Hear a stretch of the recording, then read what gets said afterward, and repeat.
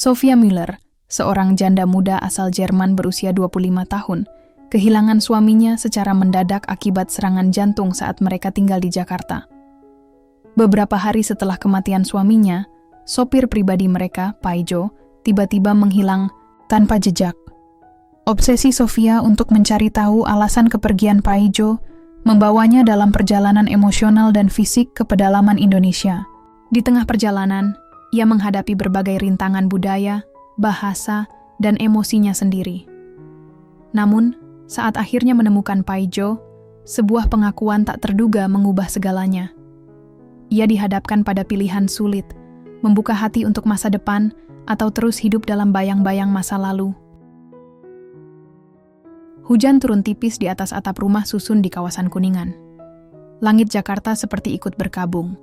Di dalam sebuah kamar yang terlalu sepi untuk ukuran pasangan muda, seorang perempuan duduk mematung di tepi ranjang. Matanya menatap kosong ke arah jendela, seakan berharap waktu bisa mundur barang 1 minggu saja. Sophia Müller, 25 tahun, janda dalam semalam.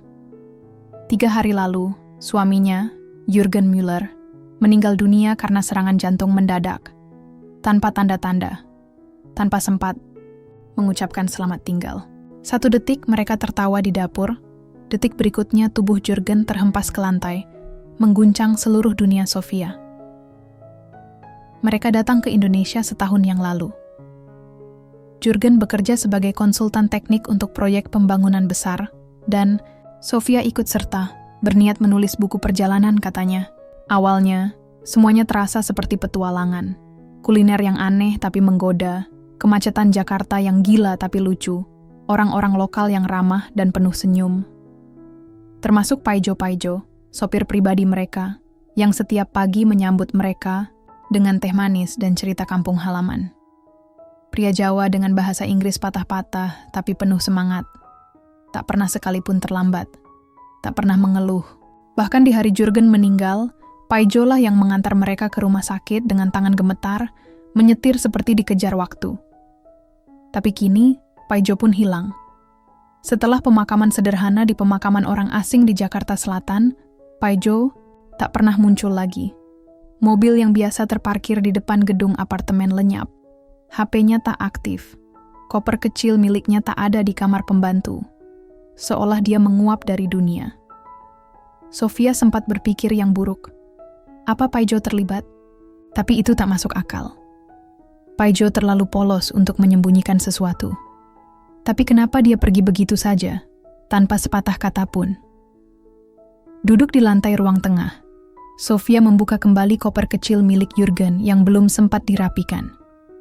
Di antara tumpukan baju hangat dan buku manual teknik, dia menemukan sebuah catatan kecil dari Jürgen.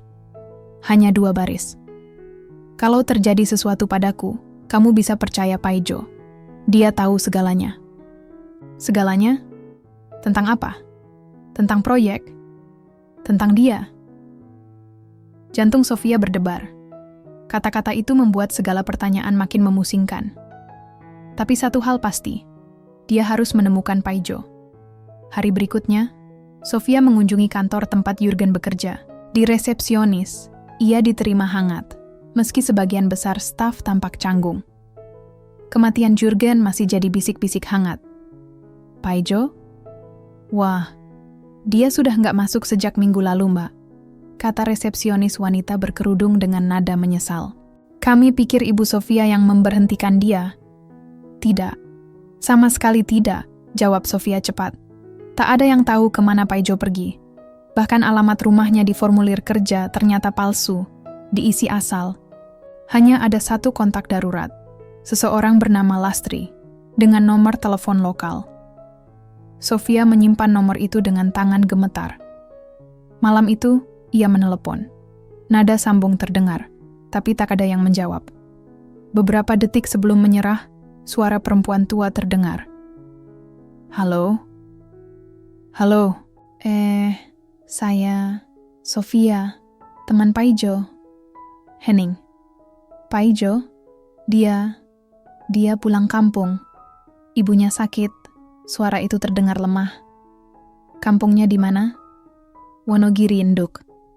jauh dari sini. Keesokan harinya, Sofia duduk sendiri di warung kopi, kecil di pinggir jalan, memegang tiket kereta ke Solo. Dari sana, katanya, ia bisa naik bus kecil ke Wonogiri. Tempat yang bahkan dia tak bisa ucapkan dengan benar. Dunia barunya dimulai di situ. Sofia bukan lagi janda yang berkabung di apartemen. Kini dia adalah pencari. Entah mencari jawaban, atau sekadar seseorang untuk diajak bicara. Entah kenapa, suara Paijo yang pelan tapi jujur itu terus terngiang di telinganya. Ia butuh penjelasan, penutupan, atau mungkin harapan. Apapun itu, langkahnya sudah dimulai, dan ia tak akan berhenti sebelum menemukan Paijo. Kereta ekonomi menuju Solo itu berisik dan penuh sesak, tapi Sofia justru merasa lebih tenang di antara keramaian yang tak mengenalnya. Ia duduk dekat jendela, menatap sawah-sawah yang memanjang tak berujung. Udara lembab bercampur bau kopi, instan dan gorengan memenuhi gerbong. Tak ada yang mengenalnya. Tak ada yang peduli bahwa dia sedang mencari seseorang yang tiba-tiba hilang. Di pangkuannya tergeletak ponsel Paijo, bukan smartphone, tapi ponsel jadul dengan tombol besar dan layar kecil yang retak di sudut. Ia menemukannya di laci dashboard mobil, sehari setelah Paijo menghilang. Awalnya ia pikir itu milik tukang parkir, tapi SIM card di dalamnya bertuliskan Paijo. Satu-satunya yang bisa ia akses dari ponsel, itu adalah riwayat pesan. Tak banyak, hanya belasan pesan yang masuk, sebagian besar dari nomor bernama Bulastri, yang mengirim pesan singkat seperti, "Jo, ibu sesek napas lagi, pulanglah nak. Kalau kamu bisa, bawakan obat dari kota ya. Kakakmu marah, tapi ibu kangen kamu."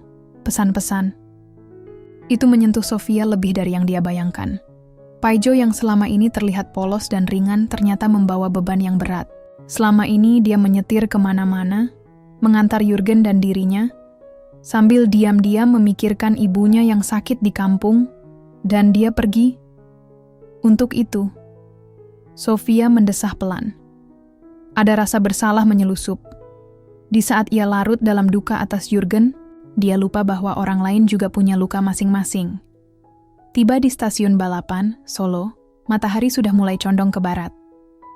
Sofia memanggil taksi online yang datang dengan cepat. Sopirnya, lelaki muda dengan senyum ramah, bertanya dengan logat, "Khas Solo, mau kemana mbak?" "Wonogiri," jawab Sofia ragu. "Tapi saya belum tahu alamat pastinya."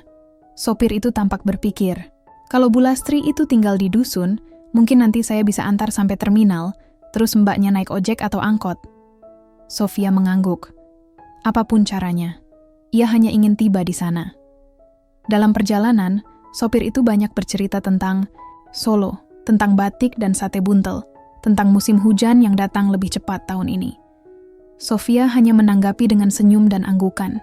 Dalam benaknya hanya satu hal, wajah Paijo, dan suara terakhirnya yang penuh ketegangan ketika membawa Jurgen ke rumah sakit. Apa dia menyalahkan dirinya atas kematian Jurgen? Batin Sofia. Apa itu sebabnya dia pergi tanpa bicara? Sesampainya di Wonogiri, kota kecil yang tenang dan dikelilingi bukit, hari sudah menjelang malam. Angin gunung membawa aroma kayu basah dan tanah. Suasana yang asing tapi menenangkan. Di terminal, seorang ibu-ibu penjual gorengan mengarahkan Sofia pada tukang ojek yang bisa mengantar ke dusun di daerah Manyaran. "Bulastri? Oh, yang punya anak namanya Paijo itu toh?" ujar si tukang ojek sambil memasang helm ke kepala Sofia. "Saya tahu rumahnya. Yuk, ikut saya." Dusun itu sepi. Lampu jalan nyaris tak ada. Hanya diterangi lampu-lampu rumah yang temaram. Di sebuah rumah kayu sederhana dengan dinding anyaman bambu, ojek berhenti. Ini rumahnya. Tapi hati-hati ya, Bulastri kadang bingung kalau malam. "Sakit katanya," bisik si tukang ojek sebelum pergi. Sofia berdiri di depan pintu, ragu. Tangannya terangkat, tapi tak kunjung mengetuk. Baru ketika suara batuk terdengar dari dalam, ia memberanikan diri. Tok. Tok pintu dibuka oleh seorang perempuan tua berjilbab lusuh. Matanya sayu, tapi begitu melihat Sofia ia tampak terkejut. Kamu... Gumamnya pelan. Bu Lastri, tanya Sofia pelan. Iya, saya. Kamu, siapa? Saya Sofia, temannya Paijo. Saya datang karena saya ingin tahu kemana dia pergi. Dia menghilang. Bu Lastri memandang Sofia lama, lalu membuka pintu lebih lebar. Masuklah. Kasihan kamu jauh-jauh. Di dalam rumah yang hangat tapi sederhana, mereka duduk bersila di atas tikar. Bu Lastri menyeduhkan teh gula batu dalam cangkir berembun. Paijo pulang seminggu lalu. Dia kaget lihat ibu begini. Dia nggak tahu kalau ibu udah sesak napas tiap malam. Dia marah ke kakaknya, tapi dia juga bingung. Sofia mengangguk perlahan. Kenapa dia tak bilang apa-apa padaku? Menghilang begitu saja. Bu Lastri menatapnya penuh iba. Dia bilang, dia malu. Dia harus pilih antara tetap kerja di kota atau pulang jaga ibu. Dia takut kamu marah. Lagi pula, katanya, kamu terlalu sedih ditinggal suamimu. Dia nggak mau menambah bebanmu. Air mata Sofia mulai mengalir. Entah kenapa, hatinya terasa perih. Seakan selama ini ia membenci orang yang justru mencoba melindunginya dari beban tambahan. Dia masih di sini? Tanyanya, nyaris seperti bisikan. Bu Lastri menggeleng pelan. Kemarin dia pergi ke pasar cari obat herbal. Mungkin pulang? Sebentar lagi. Sofia menghela napas. Ada harapan yang tumbuh, meski pelan. Dia nyaris sampai. Jawaban-jawaban itu sudah dekat, dan mungkin jawaban lain yang tak pernah ia bayangkan juga sedang menunggunya di ujung senja. Pagi menyapa dusun Kali Kuning dengan lembut. Kabut tipis menggantung di atas pepohonan, dan suara ayam bersahut-sahutan dari kejauhan. Sofia duduk di beranda rumah Bu Lastri dengan secangkir teh hangat di tangan, mengenakan kain selimut tipis yang dipinjamkan ibu tua itu malam sebelumnya. Dia belum tidur semalaman. Setelah pembicaraan tadi malam, kepalanya penuh oleh bayangan Paijo. Wajah lugu dengan senyum canggung, tangan yang selalu siap membuka pintu mobil, dan suara sopannya yang selalu berkata, "Siap, Bu." Baginya, Paijo selama ini hanyalah sosok pelengkap, penjaga ritme harian yang tidak pernah diperhatikan terlalu dalam. Tapi kini, setelah kepergiannya, setiap detail tentang Paijo terasa penting. Bahkan suara batuknya di kursi depan mobil pun kini terasa familiar dan dirindukan. "Dia belum pulang?" tanya Sofia pelan saat Bu Lastri membuka pintu dapur. "Bu," Lastri menggeleng sambil duduk di sampingnya. Biasanya dia pulang siang, pasar lumayan jauh kalau jalan kaki. Sofia menatap jalan setapak yang membelah kebun pisang.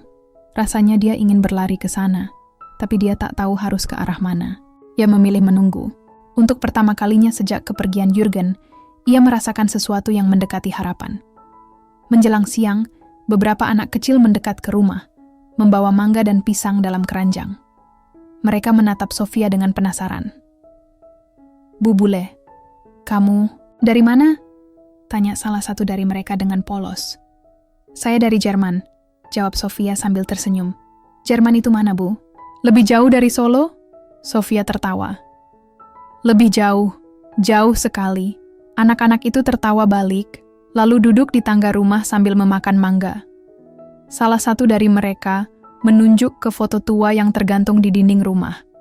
Foto Paijo muda bersama kakaknya. "Mas Jo galak kalau kecil," katanya. "Tapi sekarang baik, suka bantu ibu bikin pagar." Sofia memandangi foto itu lama. Ada rasa hangat yang aneh di dadanya. Paijo adalah bagian dari tempat ini, akar yang ia cabut sendiri saat pindah ke Jakarta. Dan sekarang, dia kembali ke akarnya. Lalu dirinya, apa akar Sofia masih tertanam dimanapun? Sore harinya, hujan turun perlahan. Sofia membantu Bu Lastri menjemur pakaian di ruang tengah sambil berbicara pelan-pelan. Bahasa mereka berbeda, tapi semacam pengertian baru mulai tumbuh. Kadang, bahasa tubuh lebih cukup dari kata-kata. "Paijo dulu pengen sekolah tinggi," kata Bu Lastri tiba-tiba. "Tapi uang nggak cukup. Jadinya dia kerja. Pertama di warung, terus jadi kernet. Akhirnya bisa nyetir mobil." Sofia mendengarkan, dengan mata berkaca-kaca. Ia merasa seperti sedang mengenal seseorang yang seharusnya sudah ia kenal sejak lama. Tapi Jo gak pernah cerita soal kamu, tambah Bulastri lirih. Sampai pas dia pulang. Waktu dia cerita, dia bilang kamu baik, tapi sedih. Dia bilang, kamu sendirian. Sofia menggigit bibirnya. Saya memang sendirian sekarang. Bulastri memegang tangannya. Kadang orang yang kelihatan kuat, justru paling butuh teman. Menjelang malam, ketukan terdengar di pintu. Sofia berdiri spontan, seolah tahu siapa yang datang. Dan di sanalah dia, Paijo. Rambutnya sedikit lebih panjang, kulitnya lebih gelap karena matahari desa, tapi wajah itu masih sama. Tenang, tulus, dan sekarang, terkejut. Mbak Sofia, katanya pelan. Sofia menatapnya tanpa kata. Entah kenapa, bibirnya keluh. Ribuan pertanyaan di kepalanya mendadak lenyap, terganti satu perasaan yang mendesak. Lega Paijo menunduk. Saya minta maaf. Saya nggak pamit. Saya tahu salah. Kenapa, Jo? Suara Sofia serak. Kenapa kamu pergi begitu saja? Kamu tahu aku pikir macam-macam. Paijo menatap matanya, lalu menunduk lagi. Saya takut, Mbak lagi berduka.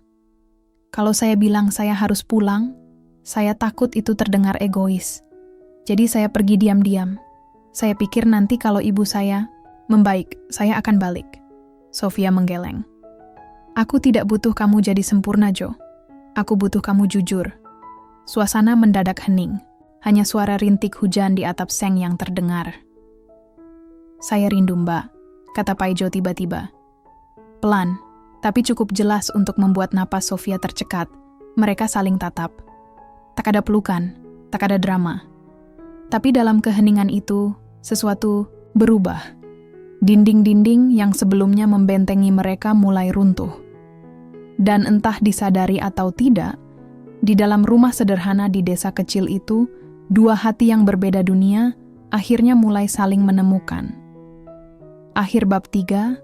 Sudah 3 hari Sofia tinggal di rumah Bulastri. 3 hari yang terasa seperti berada di dunia yang sama sekali berbeda. Tak ada deru mobil, tak ada suara notifikasi ponsel, tak ada keharusan untuk tersenyum di hadapan orang-orang yang mengucapkan belasungkawa tanpa benar-benar tahu rasanya kehilangan. Di sini, di tengah hijaunya ladang dan suara jangkrik setiap malam, Sofia merasa untuk pertama kalinya ia bisa bernapas sedikit lebih lega. Paijo, yang dulu hanya sopir pribadi, kini menjadi sosok yang semakin sulit diabaikan. Setiap pagi mereka duduk bersama di beranda, meminum teh panas yang diseduh dengan gula batu. Kadang tanpa percakapan. Kadang hanya tatapan singkat yang terlalu cepat dialihkan. Tapi keheningan itu nyaman, tidak canggung, seperti dua orang yang sedang menyulam ulang kepercayaan yang sempat terputus. Namun, setiap momen kedekatan itu juga membawa satu hal lain, kebingungan. Suatu sore, saat matahari mulai condong, Paijo mengajak Sofia ke kebun belakang rumah. Di sana ada pohon jambu yang buahnya sedang lebat-lebatnya. Mau coba metik? Tanyanya. Sofia tertawa kecil. Aku nggak tahu caranya.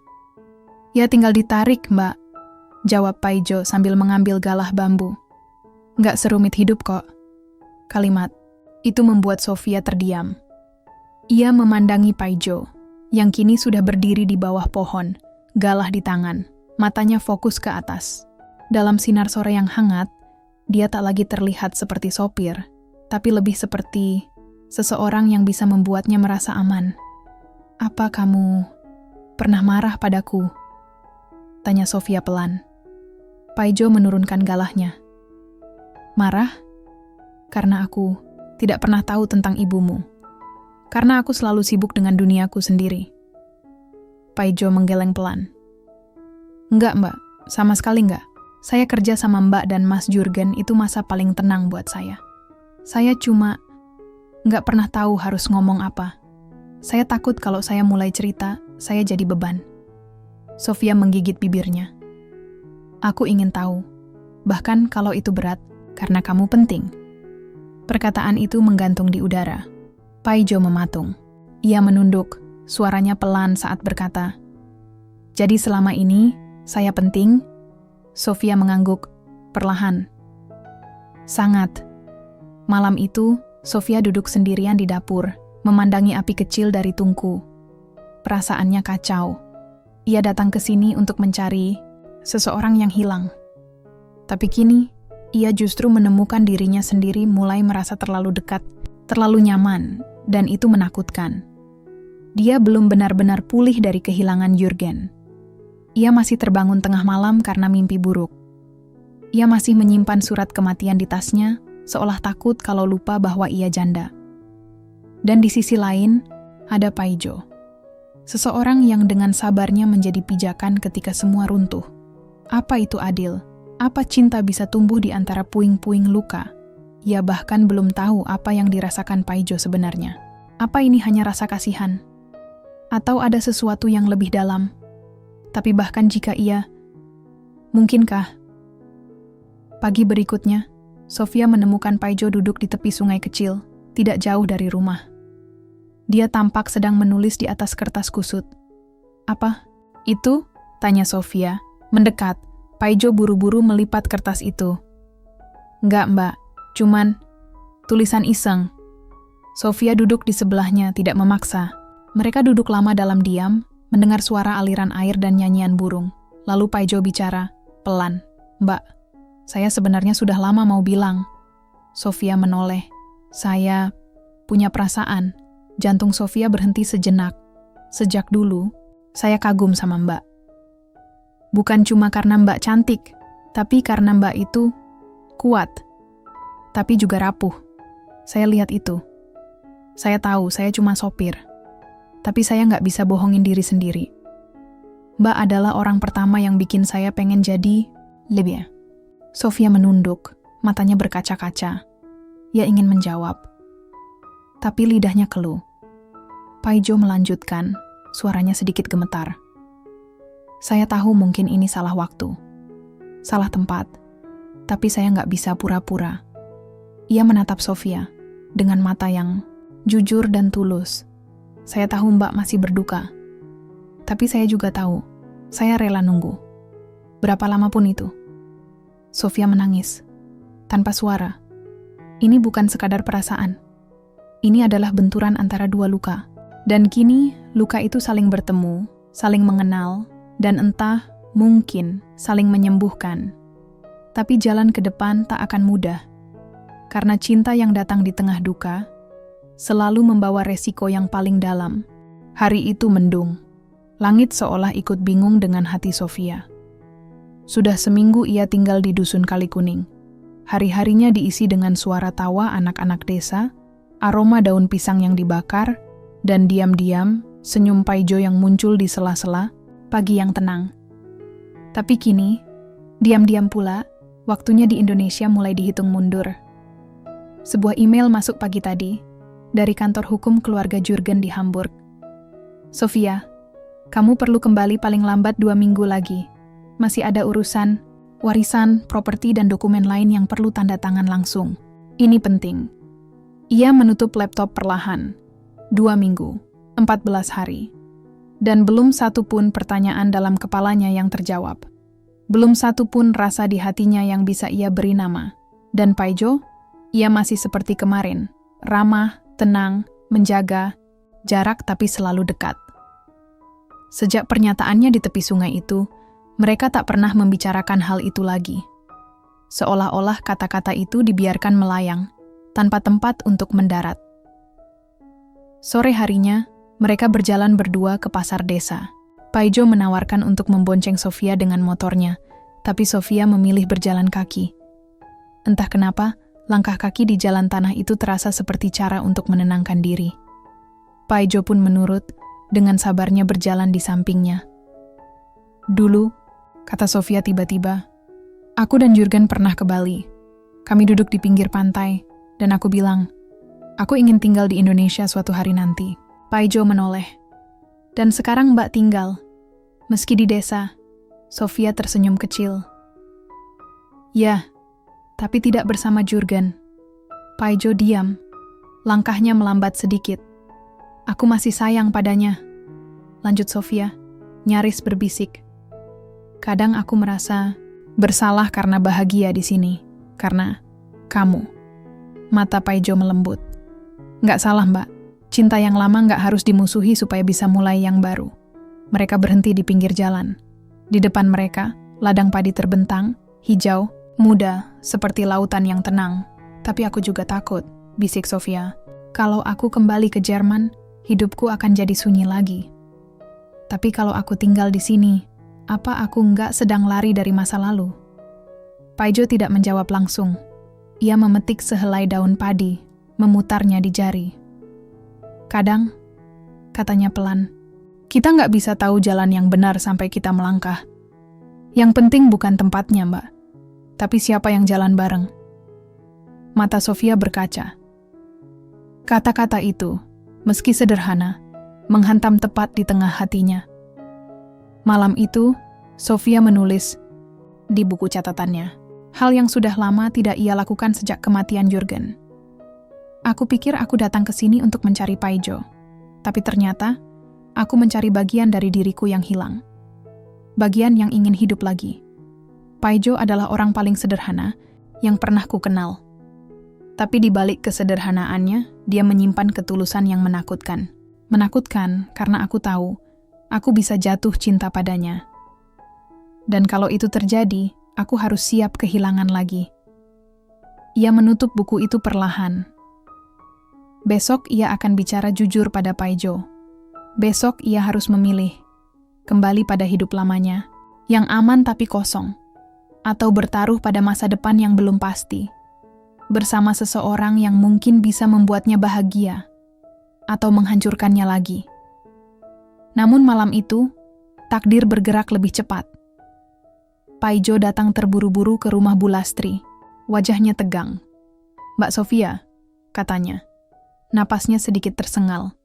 "Ibu saya drop. Tiba-tiba. Saya harus ke rumah sakit di kota. Sekarang juga." Sofia berdiri. "Aku ikut." Paijo ragu sejenak, tapi kemudian mengangguk. Dan di dalam perjalanan ke rumah sakit dengan angkot pinjaman, di tengah gemuruh hujan yang turun tiba-tiba, Sofia menggenggam tangan Paijo untuk pertama kalinya. Tidak sebagai majikan, tidak sebagai orang asing, tapi sebagai seseorang yang takut kehilangan lagi. Suasana rumah sakit di kota kecil itu terasa sunyi, meski di luar hujan masih turun dengan derasnya. Bau obat-obatan bercampur dengan aroma plastik dan tanah basah yang terbawa masuk oleh kaki-kaki pengunjung. Di ruang perawatan sederhana, seorang perempuan tua terbaring lemah dengan selang infus di tangan dan wajah yang tampak lebih pucat dari semalam. Sofia berdiri di sudut ruangan, tak berani terlalu dekat. Ini adalah ruang yang bukan miliknya. Ini adalah ruang luka keluarga. Tempat yang hanya bisa dimasuki oleh mereka yang punya darah atau kenangan. Paijo duduk di samping ranjang ibunya, menggenggam tangan wanita tua itu sambil membisikkan doa. Pelan-pelan. Ada keteguhan di matanya, tapi juga ketakutan yang tak disembunyikan. Sofia memandangi mereka dengan perasaan campur aduk. "Jo," katanya lirih saat Paijo keluar sebentar untuk mengambil air minum. "Aku bisa bantu apa?" Paijo tersenyum letih. "Nggak perlu, Mbak, cukup ada di sini aja." "Itu udah banyak." Sofia menunduk. "Aku nggak tahu harus bagaimana. Di Jerman, aku kehilangan suamiku di rumah sakit juga. Tempat seperti ini bikin aku panik." Paijo mengangguk pelan. "Saya ngerti. Mbak bisa tunggu di luar kalau terlalu berat." Tapi Sofia menggeleng. "Aku nggak mau lari lagi. Malam semakin larut. Ibu Paijo masih belum sadar. Dokter bilang ini masa kritis. Mereka hanya bisa menunggu." Di lorong rumah sakit yang sepi, Sofia dan Paijo duduk berdampingan. Tidak bicara. Tidak saling menyentuh. Tapi jarak mereka seolah lenyap. Hanya tersisa dua jiwa yang lelah. "Jo," kata Sofia tiba-tiba. "Aku dapat email dari Hamburg. Aku harus pulang minggu depan." Paijo tidak menjawab. "Sebenarnya, aku bisa saja nggak pulang. Menunda. Tapi aku juga nggak bisa bohong. Di sana ada hidupku yang belum selesai." Paijo menatap lantai.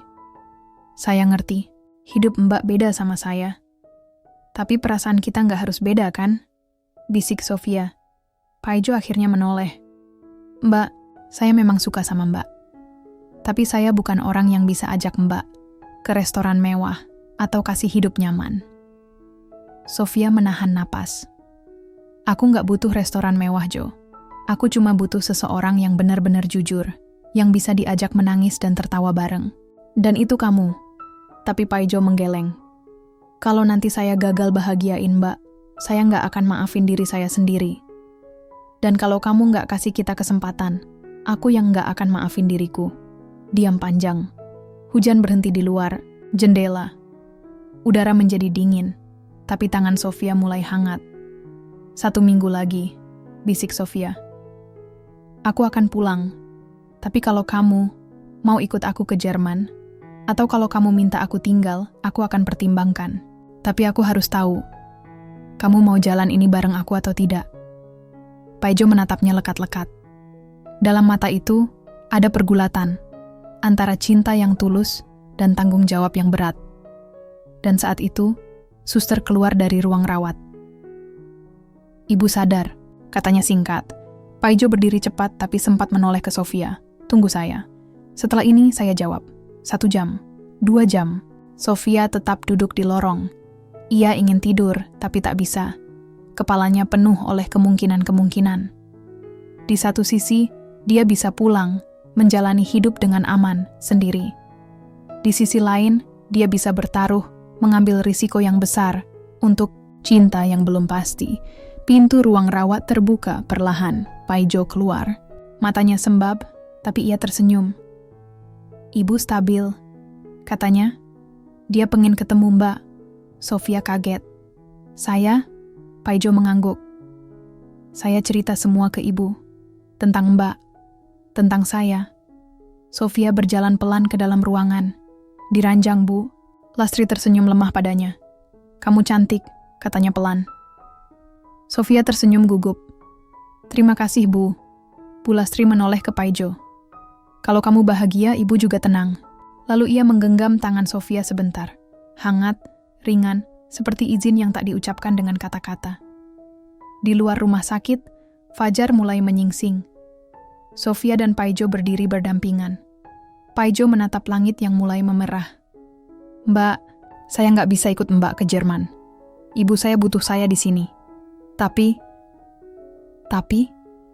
Paijo menoleh, matanya penuh keyakinan.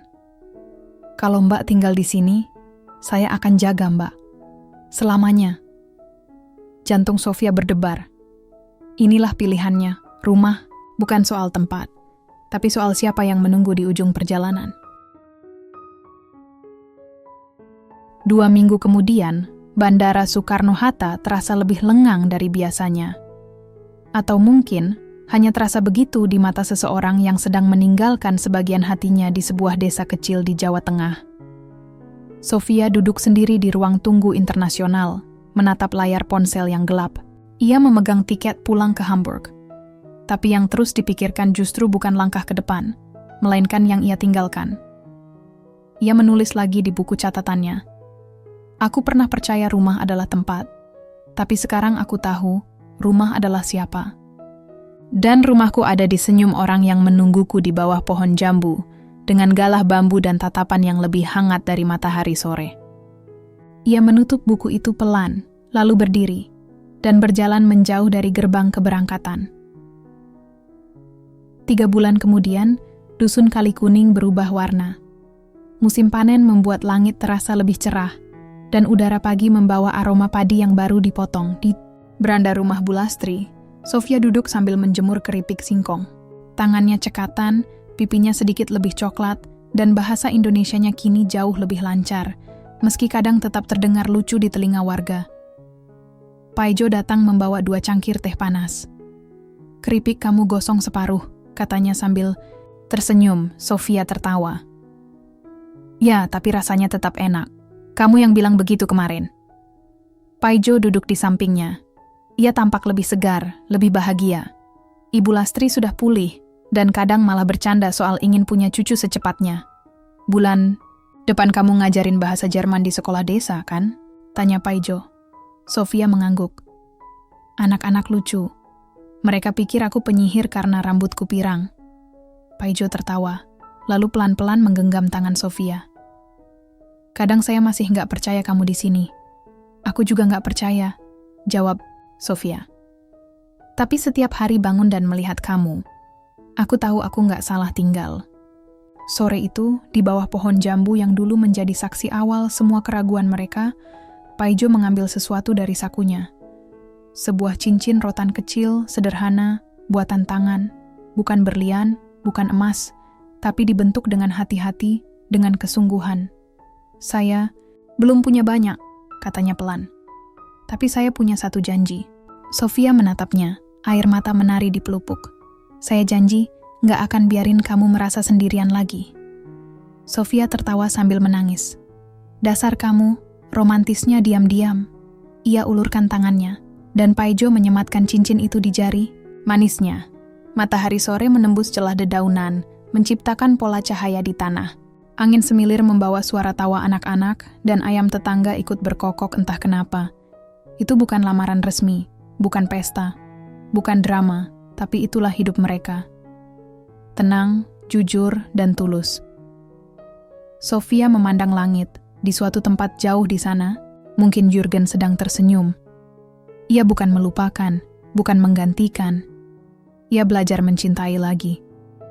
Dan di situ, di pelukan Paijo, di ladang yang menguning, di cangkir teh manis dan suara jangkrik malam, Sofia akhirnya menemukan rumah yang tak pernah benar-benar ia tinggalkan.